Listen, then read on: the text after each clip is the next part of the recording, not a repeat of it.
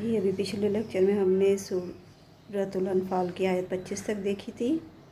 اس میں کیا تھا، اور جان رکھو کہ اللہ تعالیٰ جو ہے وہ سخت عذاب والا ہے۔ یہاں پہ آ کے ختم ہوئی تھی کہ اللہ سبحانہ وتعالیٰ سخت عذاب دے گا، اور جو فتنہ ہے وہ ظالموں کو یعنی کہ کافروں کو پہنچے گا اصل میں۔ اب آگے ہم پڑھتے ہیں، اعوذ باللہ من الشیطان الرجیم، بسم اللہ الرحمن الرحیم۔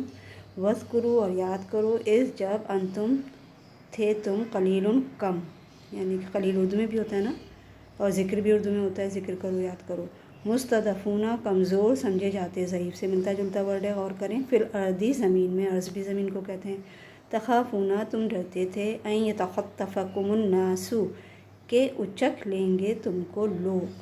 فآواکم، تو اس نے ٹھکانہ دیا تم کو۔ وأیدکم، اور مدد کی تمہاری، بنصرہ، ساتھ اپنی مدد کے، اور جگہ دی تم کو۔ فآواکم، فاوا ہوتا ہے جگہ دینا تم کو، ایت تقویت دینا، قوت دینا، بنصرہ، ساتھ اپنی مدد کے، من الطیبات، پاکیزہ چیزوں میں سے، لعلکم، تاکہ تم، من الطیبات، پاکیزہ چیزیں یعنی کہ کھانے وغیرہ کے لیے، لعلکم، تاکہ تم، تشکرون، تم شکر ادا کرو۔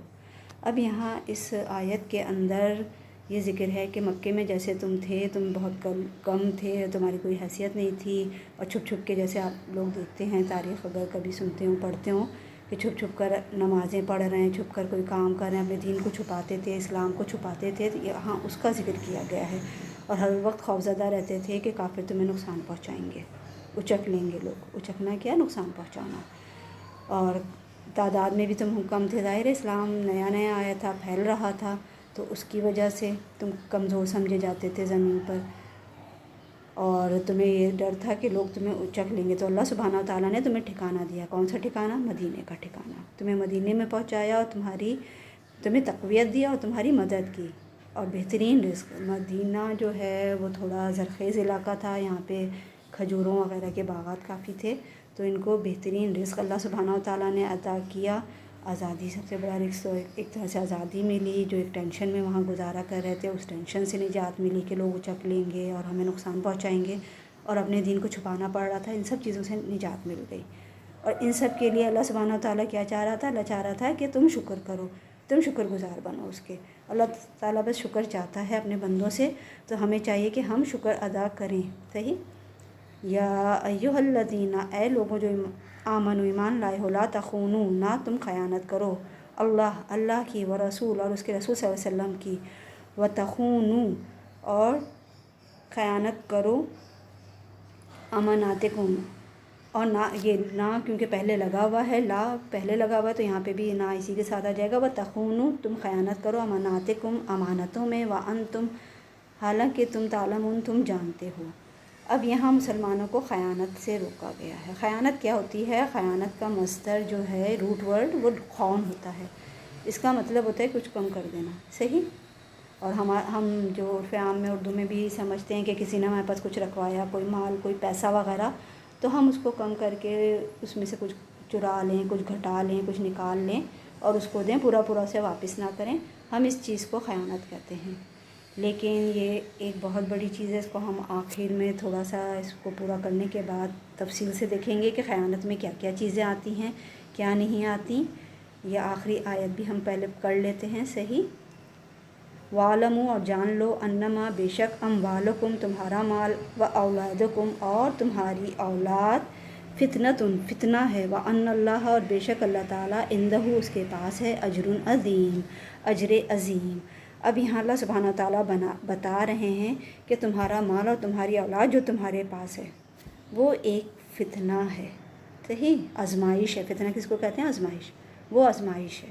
مال بھی آزمائش ہے اور اولاد بھی، دونوں چیزیں آزمائش ہیں، اور کڑی آزمائش ہیں، اور بے شک اللہ تعالیٰ کے پاس بڑا ثواب ہے۔ دیکھیں پیچھے کی آیت کے اندر خیانت کا لفظ تھا، تو خیانتیں وغیرہ آدمی عام طور پہ کیوں کرتا ہے؟ کچھ ذہن میں اپنے ذہن کو زور دیں، اپنی اولادی کے لیے کرتا ہے نا زیادہ تر، یا اپنے مال کو بڑھانے کے لیے۔ تو مال اور اولاد دونوں کو اگلی آیت میں بتا دیا گیا کہ یہ جو دونوں چیزیں ہیں یہ فتنہ ہیں گی، اور انسان کے لیے آزمائش بنتی ہیں، انسان کو اس سے بہت تکلیفیں ملتی ہیں بعض وقت۔ صحیح؟ اب ہم اپنے خون کے اوپر آتے ہیں. یا ایھا الذین آمنوا لا تخونوا اللہ ورسولہ وتخونوا اماناتکم وانتم تعلمون. یہاں پہ پہلے ذکر ہوا اللہ اور رسول کی خیانت نہ کرو. اللہ اور رسول صلی اللہ علیہ وسلم کی خیانت کیا ہوتی ہے اس کو پہلے ہم دیکھتے ہیں. اللہ سبحانہ و تعالیٰ نے جو فرائض ہم پر عائد کیے، جو چیزیں ہم سے چاہتا ہے اس کو پورا ادا نہ کرنا، اس کو خیانت کہتے ہیں. صحیح. مثال کے طور پر نماز کا ایک وقت ہے، اس کو وقت پر ادا نہ کرنا، پھر جلدی مرغے کی طرح ٹھونگے مار کے نماز پڑھ لینا، اور پوری طریقے سے نماز کو صحیح طور پہ ادا نہیں کرنا. تو یہ ساری چیزیں خیانت میں آ جاتی ہیں. وضو کو صحیح نہیں کرنا. تو عبادتوں کے اندر جو ہم اونچ نیچ کرتے ہیں، جو کمی بیشی کر لیتے ہیں، وہ سب خیانت میں آئے گی. دکھاوا کر لینا، ظاہری طور پہ لوگوں کو دکھانے کے لیے عبادت کرنا، یہ سب خیانت ہیں. اور رسول اللہ صلی اللہ علیہ وسلم کی خیانت کیا ہوگی؟ سنت پر عمل نہ کرنا، یہ خیانت ہے.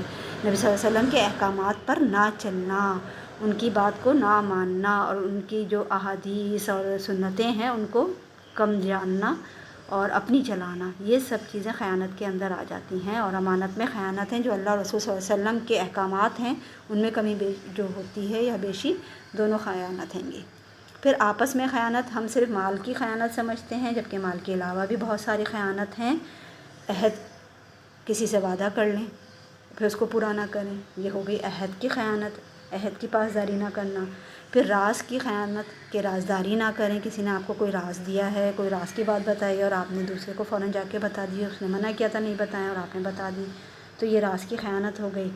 پھر ذمہ داری اور کفالت. ماں باپ جو ہیں اپنی اولاد کی اگر اچھی تربیت نہیں کرتے، تعلیم و تربیت، تو یہ ان کی ذمہ داری اور کفالت کی خیانت ہوتی ہے.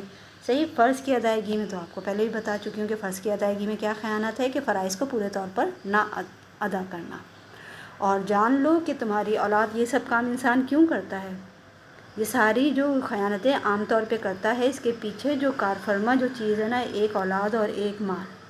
یا تو اپنے مال کو بڑھانے کے لیے وہ جھوٹ سچ اور راز نہیں رکھ رہا، یا عہد کا پاس نہیں کر رہا، یا مال میں غبن کر رہا ہے، یا پھر اپنی اولاد کے لیے کر رہا ہے. ان دونوں چیزوں کی وجہ سے یہ دونوں چیزیں کڑی آزمائش ہیں. مال کا ہونا بھی آزمائش کہا جاتا ہے، مال کا نہ ہونا بھی. صحیح. اور اولاد تو ہے ہی آزمائش. اس کے لیے انسان کیسے کیسے اس کو آرام و سکون دینے کے لیے کیسے کیسے گناہ اور سب مول لے لیتا ہے. تو اولاد بھی آزمائش ہے اور مال بھی. اور اصل جو چیز ہے، تم جو اس چھوٹی چھوٹی حرکتوں سے اپنے آپ کو سمجھ رہے ہو کامیاب ہو جاؤ گے، یہ غلط ہے. اصل اللہ سبحانہ و تعالیٰ کے پاس اجر ہے. اصل اجر جیسے ہم نے پہلے بھی دیکھا کہ آخرت کا اجر ہے جو فار ایور کا ہے. صحیح. جو ہمیشہ رہنے والا ہے. یہ تو تھوڑی تھوڑی سی چیزیں، اور پتہ نہیں تم یہ تھوڑا بہت الٹی سیدھی حرکتیں کر کے اپنی اولاد اور اپنے مال کو کچھ فائدہ دے بھی پاؤ گے یا نہیں، تو کسی کو نہیں پتہ نا. اصل فائدہ تو اللہ کا فائدہ ہے جو اللہ دے گا، جو اللہ سبحانہ و تعالیٰ دینا چاہیں گے. اصل فائدہ تو وہ ہے، اور اس کے علاوہ تو کوئی فائدہ نہیں ہے. صحیح.